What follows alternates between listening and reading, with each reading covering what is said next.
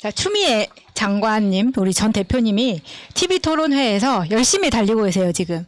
네, 사실 TV 토론회가 지금 경선 컷오프 전에 하는 TV 토론회는 지금 볼 거는 추 장관님의 선전, 이것밖에 없다는 생각이 많이 들거든요. 그래서 이 이야기를 좀 해볼 건데, 지금 계속해서 반 이재명 연대라고 하지만 저는 그렇게 하면 너무 이재명한테 반대를 하는 것 같아가지고 설마 우리 민주당의 차기 대권 후보들이 그러겠느냐. 전 총리 연대로 명명해 보도록 하겠습니다. 이제 최근에 했던 TV 토론회, TV조선에서 한 데서 추 장관이 이거 지금 이낙연 대표하고 정세균 전 총리한테 이거 사면 연대 아니냐라고 이제 공격을 했어요. 저는 이 부분이 가장 볼만했다고 생각하거든요. 이 토론회에서. 이제 한간에서는 반 이재명 연대에 시동을 건 거 아니냐 라면서 이제 계속해서 너무 이 토론회마다 이재명 이 1위 후보이기 때문에 여기에만 맞춰가지고 특히나 박용진 후보처럼 너무 1대1로 공격을 하면 좀 볼성사납다라고 의견이 많이 또 나오고 있거든요.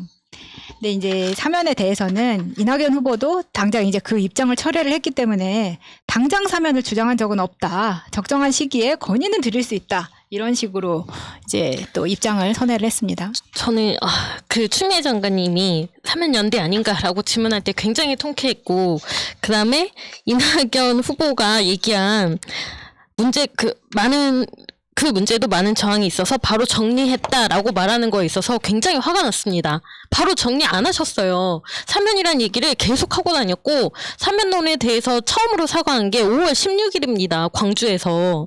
5달 동안 계속 사면 얘기하고 사면에 대해서 입 다물고 있고 이러셨는데 언제 바로 정리를 했습니까? 왜 뻔하게 다 드러나는 거짓말을 합니까? 진짜. 여러분들이 토론회 보실 때, 1대1 토론 구도가 생기잖아요? 그때 이낙연 후보와 추미애 후보가 붙었을 때 추미애 후보의 표정을 유심히 봐주세요. 저는 거기에서 어떤 걸 느끼냐면, 우리가 이제 추미애 깃발이나 이런 책에서도 보시면 아시겠지만, 추미애 대표가 장관 시절에 이낙연 이제 총리도 하고 대표도 하셨었잖아요? 많이 도와줬느냐. 저는 그 부분에서 울분을 느껴요, 사실. 그렇기 때문에 그게 표정으로 나온다고 생각하거든요. 물론 이제 대답을 하는 입장에서는 당정청 협의를 위해서 많이 회의도 많이를 하고 많이 도왔다라고 하는데, 사실 추 대표의 입장에서는 저는 그런 기억이 없습니다라고 말씀하시는 거 보면은 저는 이게 너무 뚜렷하다고 생각합니다. 추미애 장관님 입장에서야 본인이었잖아요. 본인 일이었기 때문에. 그러니까 서운한 부분이 있을 수도 있고 뭐 서운한 부분이 더 많이 남아있을 수도 있는데, 근데 사실 추미애 대표가 아니라 추미애 장관님이 아니라 우리가 봤을 때도 그때 당시에 우리 이낙연 전 총리님이 보여줬던 스탠스는 기억이 남는 게 단 하나도 없어요. 사실 정치인이 기억나는 게 없는 것만큼 나쁜 게 없거든요. 나쁜 기억을 심어주는 것보다 아무런 기억을 못 심어주는 게 진짜 제일 나쁜 건데, 뭘 했는지 그때 당시에 총리가 누구인지 잘 기억이 안 나요. 아니, 총리는 아니었지, 생각해보니까. 내려왔을 때니까. 당대표로서 뭘 했는지 기억이 나는 게 다 하나도 없어요, 정말로. 사면밖에 기억이 안 남죠. 그러니까, 물론 청와대에서 이렇게 사면을 건의해도 들어줄 리가 없으니까, 걱정할 필요는 없다고는 하지만, 그러니까, 이낙연이라는 그때 당시까지만 해도 최강의 대권 후보였잖아요. 그 사람이 자기 지지율 관리하다가 헛발질하고 망해버렸다라는 거밖에 어떻게 설명할 수 없어요. 그러니까 자기가 높은 지지율을 갖고 있으니까 이 지지율 관리만 하고 자기가 위험할 수 있는, 쉽게 말해서 진대는 듣지 않는다는 식으로 그 싸움터에는 안 가고 장수가 뒤에서 자기 훈장이나 매만지고 있었던 거잖아. 그래서 내 훈장 하나 더 달아볼까 해서 사면 건의했다가 그렇게 하니 유권자들이 표를 줄 리가 없잖아요. 아니 그러니까 이게 답변 중에 내가 대표 시절에 위원회도 만들고 다 했다라고 하는데, 사실 위원회를 만들었다는 걸로 면피를 하는 거라고밖에 안 보이는 거예요. 오세훈도 방역 TF 팀은 만들었을걸? 진짜 저는 이제 이 부분 너무 답답하고 짜증나는데요. 네. 잘 생각을 여러분들 해보십시오. 이낙연 후보가 조국 장관한테는 나는 빚진 거 없다라고 하면서 조국 장관 전혀 돕지 않았습니다.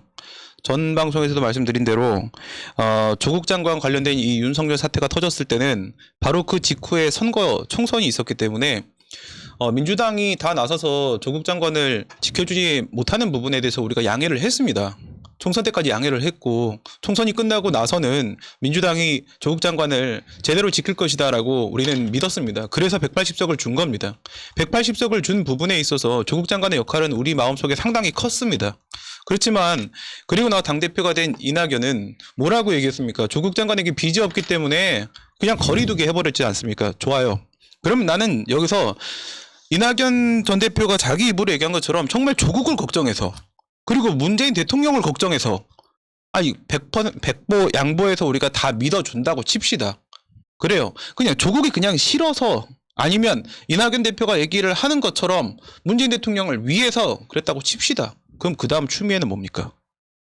그 다음 법무부 장관 이어진 추미애 장관은 왜 돕지 않았습니까? 조국 장관을 법무부 장관일 때 돕지 않은 부분 그리고 그 뒤에 이어서 추미애 장관을 돕지 않은 부분은 어떻게 설명을 할 겁니까? 그러니까 이낙연 대표는 2020년 1년 동안 아무 일도 한 게 없다라는 결론이 나오는 것이고요. 저는요. 제 방송에서도 그렇게 계속 이야기를 했는데 세탁소집 둘째 딸 추미애여 나서라 등판하라 라는 주장을 계속 해왔습니다. 저는요. 이번 판에서 우리가 봐야 되는 핵심 관전 포인트는 바로 추미애 후보와 이낙연 후보 중 누가 2등을 하는 것인가 부분에 있다라고 생각합니다. 여러분 생각해 보세요. 추미애 후보가 2등을 하면 무슨 일이 생기죠? 우린 대선을 승리합니다. 왜 그러냐? 추미애 후보가 2등을 하게 되면은 마지막에 우리가 본선 나가기 전에 이 본 경선 들어갈 때 있죠. 거기서 결선 투표하잖아요. 만약에 추미애 후보가 2등을 하지 못하죠? 그럼 무슨 일이 생기냐? 저쪽에서 반이 이재명 세력이라고 말하는 사람들이 똘똘 뭉쳐갖고 정책 단일화도 못하면서 후보 단일화를 시도하게 될 것입니다. 껍데기밖에 없는 후보 단일화를 시도하게 될 거고 그럼 마지막 본 경선에서는요. 그 결선 투표에 가거든요. 정말 이재명 후보와 쪽과 정말 치고받고 엄청나게 스크래치 내며 싸우게 될 거예요. 그럼 어떻게 되냐? 누가 이기든지 간에 본선에 나갔을 때 민주당은 하나 되지 못합니다. 만약에 추미애 후보가 저는 그렇게까지 말하는 건 좀 지나치고 추미애 후보가 2위를 못하면 이렇게 된다라고까지 말하는 건 조금 지나치다고 생각하고요. 그러니까 저도 개인적으로 추미애 이재명, 추미애 이런 순으로 저도 이렇게 순서가 정해질 거라고 생각을 해요. 왜냐하면 제가 늘 이야기하지만 사람들은 항상 그 시대에 가장 결핍된 걸 그리워할 수밖에 없어요. 그러니까 문재인 대통령님께서 모든 걸 다 잘하지만 지지자들 속을 탁 틀어주는 그런 건 조금 약하신 건 맞거든요.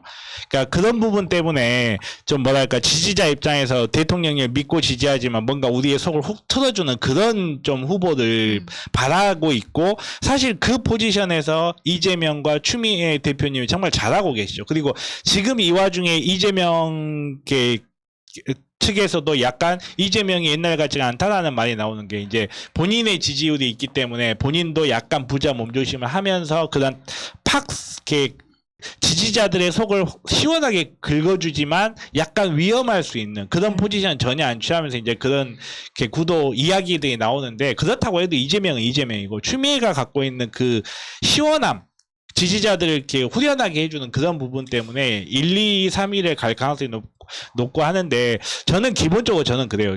우선은 이제 제가 항상 이제 진단반 나는 회색 분자다 이야기 많이 하는데 나는 저는 그래요. 저는 늘 말하고 항상 말하지만 민주당 이거 누가 된다고 하도 설사 박용진이 된다고 하더라도 민주당 대선 후보로 뽑혔다면 저는 그 사람을 뽑을 거예요. 그리고 그 사람이 되길 바랄 거고. 근데 이제 그 과정에서 추미애가 2위가 됨으로써 지금까지 좀 정체돼 있던 여권의 대선 경선이 굉장히 활기가차게지겠죠. 그러니까 말 그대로 추미애 후보라는 사람이 들어옴으로써 대선의 흥행의 마중물이 되고 이런 역할이 있는데 제가 신민님 말을 좀 끄는 거는 2위가 되지 않으면 그런 역할을 못할 거다. 제가 동의를 못한 건 그거예요.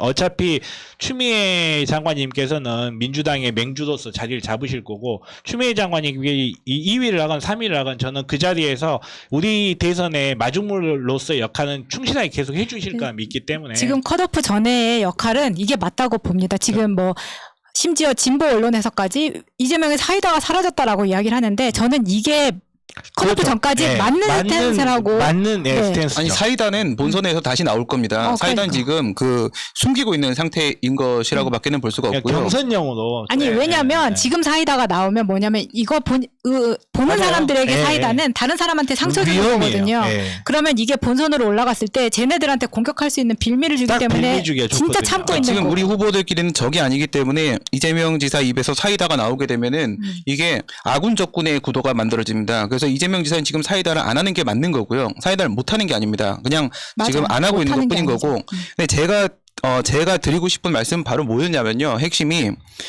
왜 이낙연과 추미애 후보 둘 중에 누가 2위를 하는 것인지를 관전 포인트로 놓고 봐야 되는 것인가, 그것이 왜 중요한 것인가, 이 말씀을 드리는 거는 이 반 이재명 연대라는 말을 우리가 쓴 적이 없어요. 이거 추윤 갈등이랑 비슷한 겁니다. 반 이재명 연대라는 이 프레임에 우리가 갇혀버리게 되면요. 본선에 나갔을 때도 반 이재명 연대는 나는 반 이재명 연대인데 그렇기 때문에 나는 끝까지 반 이재명을 해야 돼라는 스스로에게 과업을 부여할 수밖에 없어요. 그런데 이 반 이재명 연대라는 것이 사실 존재하지도 않는 실체가 뭐 하나의 실체처럼 만들어지는 이 프레임에 걸린 상황을 우리가 막아야 되는 건데요.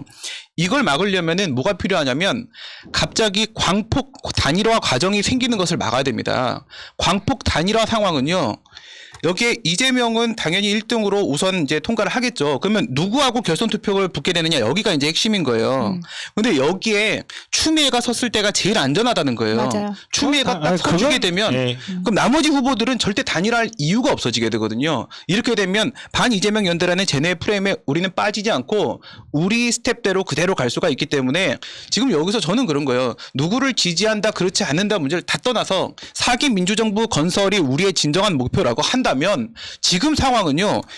이 게임에서는 추미애가 2등 내주는 거 외에는 지금 현재 방법을 찾기가 힘들다는 거예요. 다른 전략이 나오기가 힘들다는 거예요. 제 그렇기 말씀은. 때문에 이제 추 장관이 어떤 우리 후원 계좌 만들었을 때 만들자마자 막 소액으로만 5억 채우고 지금 훨씬 더 늘어났을 거예요. 그리고 오늘부터 이재명 지사도 후원 계좌를 열었습니다. 그래서 여러분들이 보시고 마음에 드는 후보들한테 많이 지원들 많이 해주시고 이제 앞서서 이제 추 대표의 선전이 이제 TV 토론에서 볼만한 장면이었다고 하면 이번에는 이제 이 바지 발언 때문에 계속 2번, 3번 회자가 되고 있거든요. 근데 저는 이게 어떤 면에서는 질문에 대한 질타.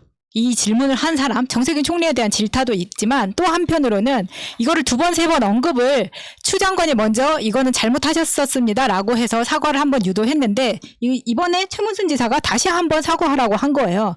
저는 이걸 왜 2번, 3번씩 할까라고 생각했는데 이거는 국민들한테 확실하게 인지시켜주기 위한 어시스트가 아닌가라는 생각이 들거든요.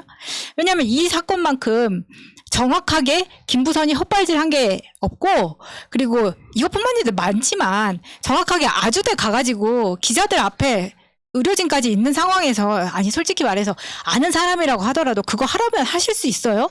못하잖아. 아니 할 수 있다. 네.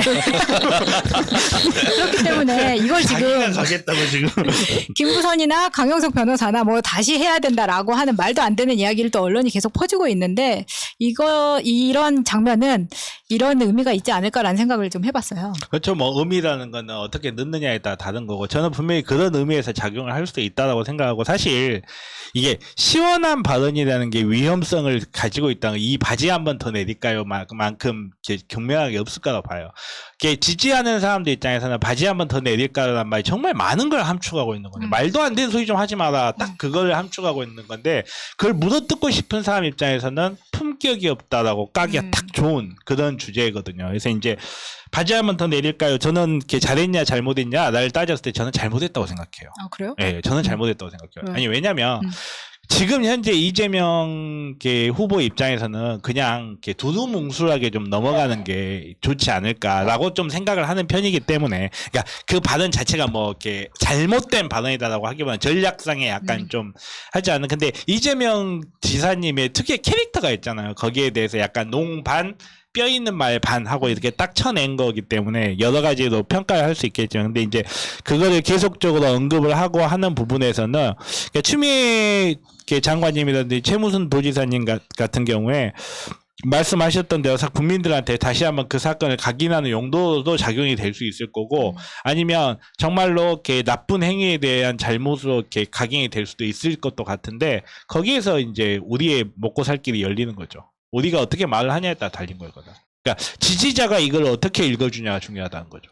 저는 바지 한 번 더 내릴까요 했을 때 적절한 발언이다라고 봤거든요.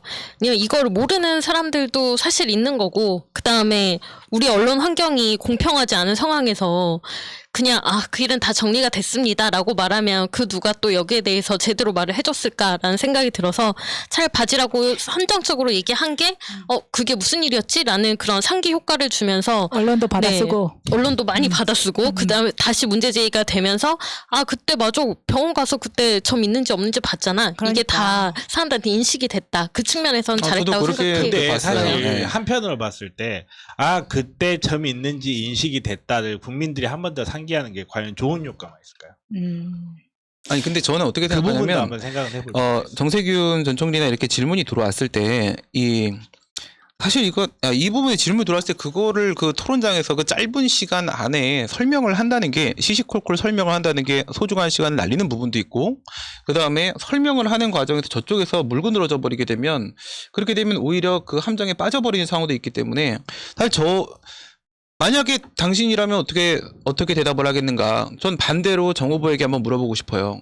만약에 당신이 이렇게 억울한 상황에 처했는데 근데 이 상황에서 뭐라고 답을 할 건가? 바지 내리겠다. 이거밖에는 없지 않는가? 저도 이제 그렇게 생각을 했고요. 볼 때 그렇게 생각을 했고 그다음에 전 마지막 마무리도 괜찮았다고 생각해요. 그러니까 정말 최선의 답변은 나오기가 힘들어요. 최선의 답변 나오기 힘들지만 하지만 그 순간에 있어서의 최선 이라고 했을 때 마지막 부분에도 이렇게 얘기했잖아요. 최문순 지사가 질문을 했을 때 다시는 그런 말 안 할 거죠? 라고 했을 때 할 필요가 없겠죠. 이럴 때 네, 안 하겠습니다. 이러면 안 되거든요. 할 필요 없겠죠. 다시는 이런 질문 나한테 안 할 거니까. 그러니까 난 네. 저는 그렇죠. 그 대답이 정말 잘했다고 생각하고 네. 이제 바지뿐만 아니라 사실은 낙지 이것도 헛발질한 거거든요. 김부선이. 그리고 싱가포르에 노트북 있다 이것도 헛발질한 거고 뭐 난방비 이것도 헛발질한 거고 이제 사실 김부선 씨가 했던 이야기들이 정확한 게 나온 게 없어요. 증거적으로 확실하게 같이 찍었다는 사진도 용판 다른 사람 사진을 가지고 이재명이라고 했던 것부터 시작해가지고 너무 많은 오류를 범했었기 때문에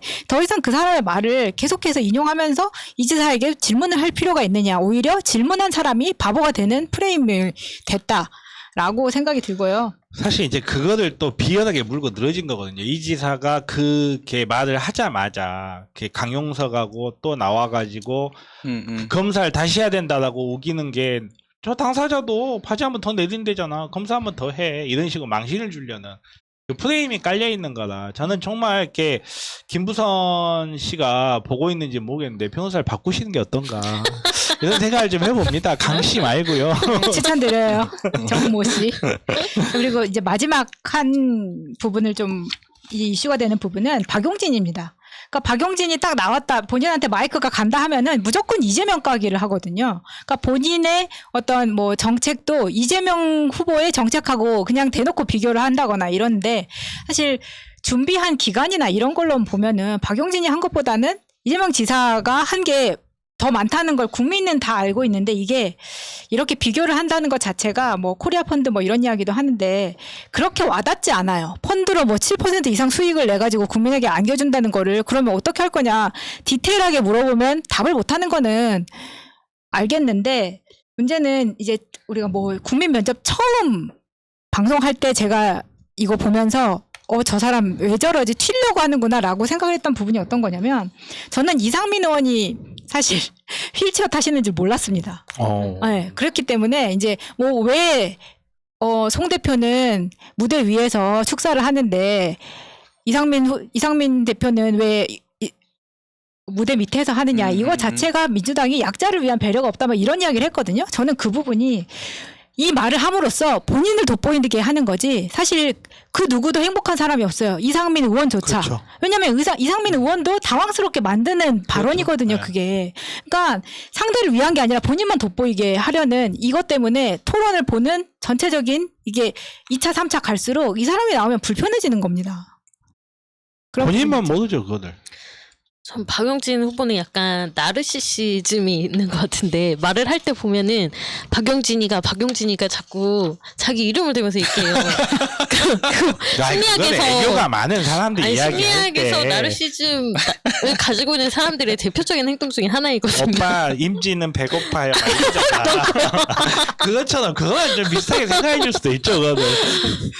그래서 박용진 말할 때 불편한 거는 확실히 그 상대방의 대답에 대해서 제대로 듣지 않고 그건 아니고요 약간 이런 식으로 얘기를 한다거나 그다음에 상대방에서 질문이 왔을 때 명확하게 답변하지 않고 그거 잘못 생각하고 있는 겁니다. 그거 아닙니다. 라는 식으로 그냥 쳐내버리고 자기가 할 말을 다시 하는 거. 그런 부분 때문에 계속 불편함을 느끼는 거죠. 법인세에 대해서 공격을 계속 받고 있는데 부자금세 아닙니다. 막 이러면서 그렇게 말하는 진짜. 태도가 굉장히 지지자들에게 반감을 사고 있다. 그러니까 이 사람은 이게 이번에 이 대선 후보 여기 나오면서요 정치 생명이 끝날 것 같아요. 예. 지금까지 박용진이 어떤 사람인지에 대해서 사람들이 몰랐어요. 뭐 유치원 3법이라거나 이런 거 얘기 나올 때 상당히 정의로운 사람이다 뭐 이런 식으로 생각하시는 분들이 많이 있었는데요. 왜 박용진을 금태섭이나 이런 사람들과 비교를 하게 되는 것인지, 조홍천과 비교하게 되는 것인지, 김혜영과 비교하게 되는 것인지에 대해서 우리는 생각을 해봐야 되는 것이고요. 정말 이런 식으로 할 거면 이건 민주당 지금 대선 가도에 있어서 지금 방해를 하고 있는 거예요. 민주당의 지금 발목을 잡고 있는 것이기 때문에 이럴 거면 차라리 금태섭이 나아요. 차라리 민주당을 탈당하고 나가서 자기 길을 걷는 게 맞는 것이지 이 안에 숨어가지고 지금 무슨 짓을 하는 건지 모르겠는데 질문하고 하는 걸 보면 1차 토론 때까 2차 때까 보시면요. 혼자서 이재명 지사에 대해서 뭐 말도 안 되는 비판을 하려고 계속 떠들어요. 혼자 계속 떠들고 시간 다 쓴 다음에 말할 기회가 없으니까 혼자 남은 시간을 반 이상을 그냥 혼자 찌그러지 이러고 있어요. 그 바보 같은 짓을 하는데 흥분을 이기지 못해서 시간을 다 써버리고 자기는 총알 다 떨어지고 이런 짓을 하는 이 사람은 또 어떻게 대통령을 맡깁니까? 그런다고 해서 뭐 이재명을 싫어하는 사람들이 박용진을 뽑아주지도 않습니다. 그냥 그렇죠. 네. 그렇게 그냥 아웃사이더예요. 그냥 지금. 우리 편처럼 보이니까 좀 좋아해지는 거예요. 옛말에 추어탕 먹고 영투림 한다고. 그러니까 박용진 같은 애들이 정말 작은 성공에 취해버리면 이렇게 돼요. 자기가 그냥 유치원 3법 같은 걸로 한번 스타가 반짝되니까 자기가 모든 걸 다 성취했다고 생각하고 자기가 하는 게 모두 다 지지할 거라고 생각하는 정말 말 그대로 작은 성공이 얼마나 위험할 수 있는지를 저는 박용진을 보면서 자주 느껴요. 물론 이제 윤시번 씨를 보면서도 느끼기도 하고 그러는데 박용진이야말로 딱 표본이 아닌가. 네. 금요일, 토요일, 일요일 이렇게 02로 시작하는 번호에서 이제 투표를 시작하게 됩니다. 선거인단 접수도 계속 하고 있으니까요. 무엇보다도 역선택 방지하기 위해서 선거인단 다시 한번 나를 포함해서 우리 가족들이 모두 등록했는지 점검해 주시고 등록해 주시기 바랍니다. 했대요. 네. 이 이슈는 여기까지 하도록 하겠습니다.